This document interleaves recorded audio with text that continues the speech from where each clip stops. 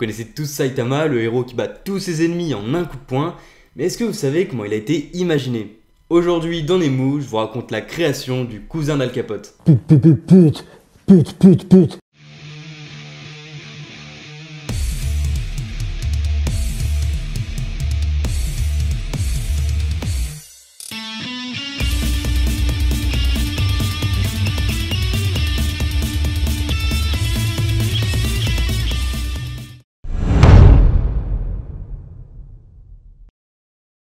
One est né le 29 octobre 1986 à Niigata au Japon et a grandi à Konoshu dans la préfecture de Saitama. Ouais, c'est marrant. Dès l'école primaire, il veut devenir mangaka, mais c'est pas une vague envie, il est persuadé qu'il y arrivera. Contrairement aux autres gamins de son âge, il veut pas faire un shonen classique comme le géant de l'époque Dragon Ball. Non, lui il veut faire rire et créer des gags manga, notamment parce qu'il est fan de Crayon Shin-chan. Au collège et au lycée, il continue à dessiner dans ses cahiers de cours, et plutôt que de faire des visages sympas ou des filles mignonnes, il préfère faire des mangas avec plein de dialogues amusants. Ce qui lui plaît, c'est de transformer ses idées folles en images et de créer des histoires. Et c'est pour ça que ça l'a jamais intéressé de faire des dessins réalistes et qu'il a jamais appris à dessiner l'anatomie du corps humain. Mais il a avoué plus tard que ça lui aurait été bien utile et que ça lui aurait permis de progresser. Et je peux vous dire que oui, ça l'aurait aidé. Vu qu'il a dessiné de l'école primaire au lycée, vous dites peut-être que ses potes trouvaient ça trop stylé et l'encourageaient. Eh ben pas du tout, parce qu'en fait il a jamais dit aux gens qui dessinaient, il a encore moins montré ses dessins. Parce qu'il avait peur que les gens trouvent pas ça cool. Il n'y a que ses parents qui étaient au courant, parce qu'ils ont fini par voir ses dessins dans ses cahiers de cours, et tu connais, il s'est fait daroned. Disgusting! Et au total il a rempli une 50aine de cahiers avec ses dessins, ce qui est plutôt pas mal. À l'université il aurait pu rentrer dans un club de manga, mais non, ça lui convenait pas. Mais il avait quand même envie de voir le travail d'autres aspirants mangaka comme lui, et donc il a cherché sur internet avec son téléphone, car il avait pas d'ordi. Et à l'époque, à la fin des années 2000, c'était pas comme maintenant, c'était super galère de surfer sur internet avec ton portable. Et c'est comme ça qu'il a découvert les webcomics, des BD accessibles gratuitement sur internet, sur des sites comme WCR ou Nicha. À l'époque, les webcomics c'est très développé aux États-Unis, mais pas trop au Japon, où les magazines sont encore les rois. Mais ça n'empêche pas que ça donne quand même envie à One de créer son propre site pour qu'on voit ses illustrations. Au début, il mettait pas de manga, juste des images amusantes avec des dessins de personnes avec l'arrière de la tête très long, le front très large ou le menton fendu comme un cul. Et ça a suffi à ramener une centaine de lecteurs sur son site parce qu'il se démarquait des autres dessinateurs qui essayaient juste de faire comme les mangas populaires.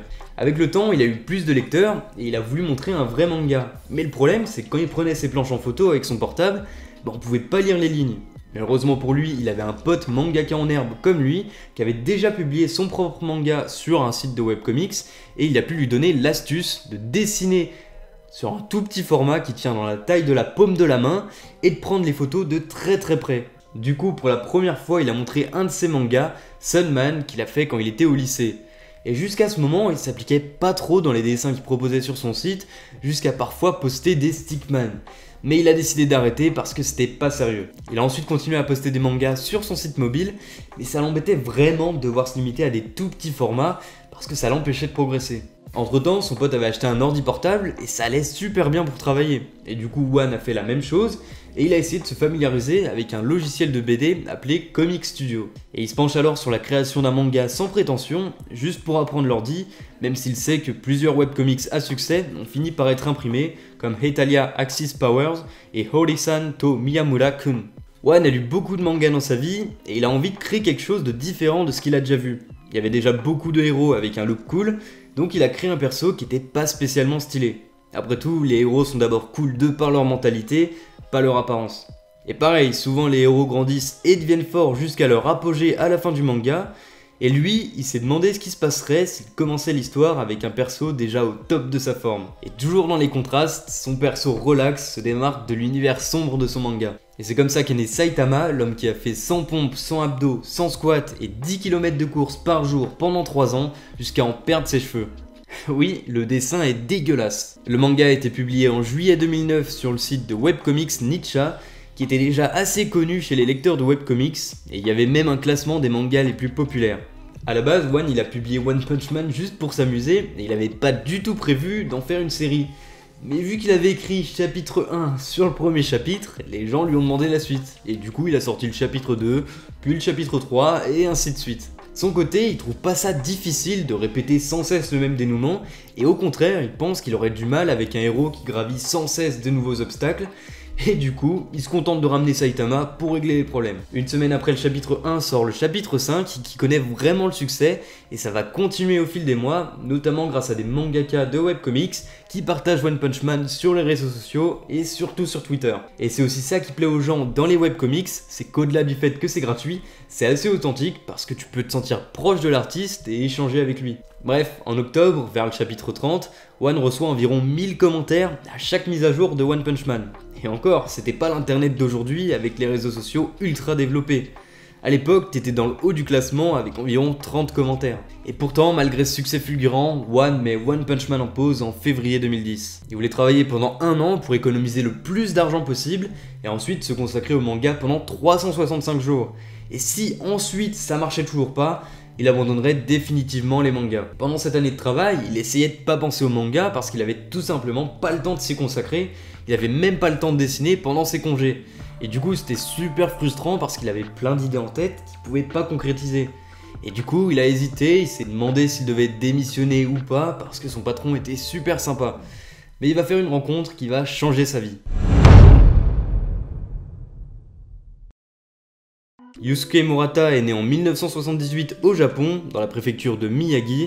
Il a donc 8 ans de plus que One. Il est très doué pour le dessin dès son plus jeune âge, si bien qu'à 12 ans seulement, il participe à un concours pour dessiner les méchants du jeu Megaman. Et il gagne 2 fois. Moi pour mes 12 ans, j'ai eu Inazuma Eleven 2 sur DS, et j'étais très content, mais je crois qu'on n'a pas le même niveau. Tempête de glace, évidemment. Je suis Sean Frost. Et ses dessins seront vraiment intégrés dans les jeux, parce qu'il est crédité dans les remerciements de Megaman 3, en tant que concepteur de Dustman dans Megaman 4, et en tant que concepteur de Crystal Man dans Megaman 5. La classe. Et il a ensuite continué les bangers, puisqu'il est devenu l'assistant et l'apprenti de Takeshi Obata, qui dessinera entre autres Hikaru no Go, Death Note et Bakuman.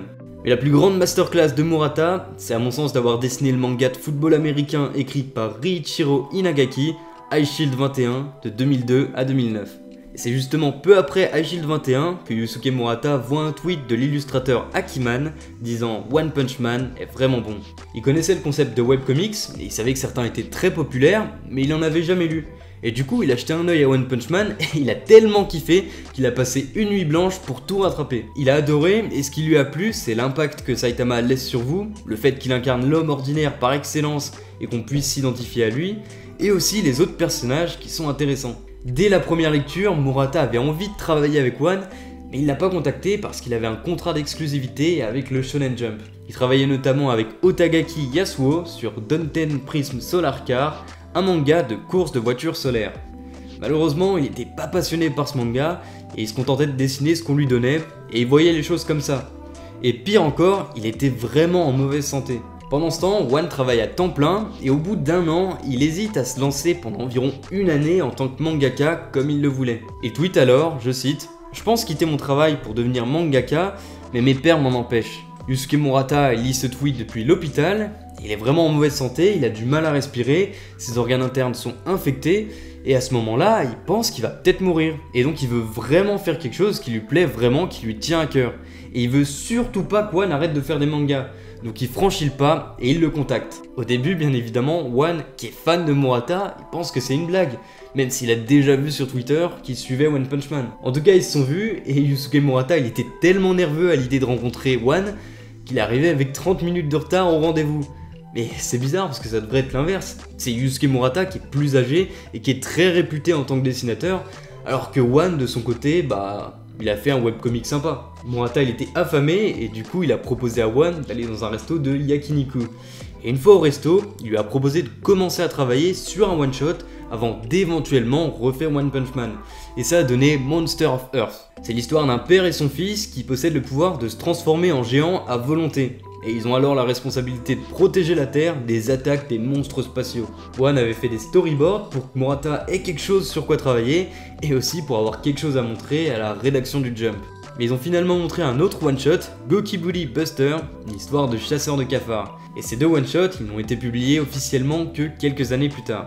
A l'époque, Murata il était en contrat avec la Shueisha, mais il a fini par le résilier pour travailler plus librement avec One.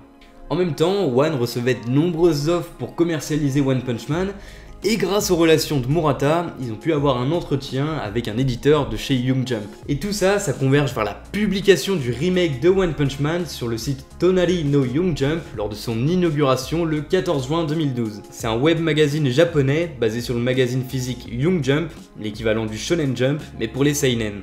Forcément, One et Murata sont super contents et c'est une vraie délivrance pour Murata de publier un webcomic, notamment parce que tu peux appliquer des corrections quand tu veux, chose qui n'est pas possible pour un magazine physique hebdomadaire où tu dois rendre ton chapitre impérativement chaque semaine et tu peux pas apporter de correction au chapitre précédent.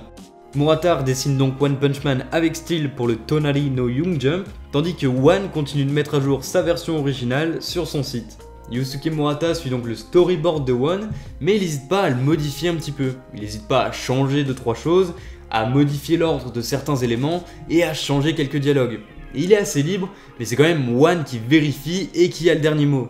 Mais de toute manière, il adore le travail que Yusuke Murata fait sur One Punch Man, et pour lui, c'est comme regarder un film. C'est assez étonnant, mais au niveau du dessin, Murata a mis du temps à comprendre comment dessiner le visage de Saitama, qui a toujours l'air de s'ennuyer. Au début, il voulait le rendre beau et lui mettre des étoiles dans les yeux. Puis il a compris que son attrait n'était pas dans son apparence, mais dans son attitude. Et s'il reprenait pas le design original, Saitama serait totalement différent. Murata, il était déjà très expérimenté, mais il a avoué qu'en faisant One Punch Man, il a compris qu'il avait pas toutes les bases. Comme quoi, même un mec comme One qui sait pas dessiner peut faire progresser sans le vouloir un maître. Ensemble, ils sortent 2 autres one-shots en 2012 qu'ils avaient préparés avant One Punch Man. On a d'abord Dotuno Yushatachi, dans lequel une princesse a été capturée par un roi démoniaque, et Dangan Tenshin Fan Club, où une fille lutte contre des démons grâce à ses membres cyborg magiques. Et elle est soutenue par son fan club composé de geeks de sa classe. En solo, One a aussi fait Makai no Osan, qui se déroule dans le même univers que One Punch Man, mais dans un futur lointain. Des siècles plus tôt, les monstres et les humains sont livrés à une guerre, et ils vivent maintenant séparés. Et bien sûr, il y a eu Mob Psycho 100, qui a été adapté en animé, comme One Punch Man d'ailleurs. C'est l'histoire d'un collégien, Mob, qui possède des pouvoirs psychiques. Et du coup, un médium charlatan essaie de se servir de lui. J'ai commencé l'animé et franchement, j'ai pas aimé. Et quelques années plus tard, j'ai lu le tome 1 et j'ai pas aimé non plus. Et c'est bizarre parce que pourtant, toutes les personnes que je connais, qui connaissent Mob Psycho 100 et qui ont lu ou regardé, ils kiffent. Donc je sais pas, je dois avoir des goûts un petit peu particuliers. En tout cas, j'espère que cette vidéo vous a plu et que je vous ai appris pas mal de choses sur la création de One Punch Man. N'hésitez pas à vous abonner et aussi à me suivre sur Instagram et TikTok parce que je publie des vidéos au format court et donc ça peut vous intéresser. On se dit à la prochaine pour une nouvelle vidéo, portez-vous bien.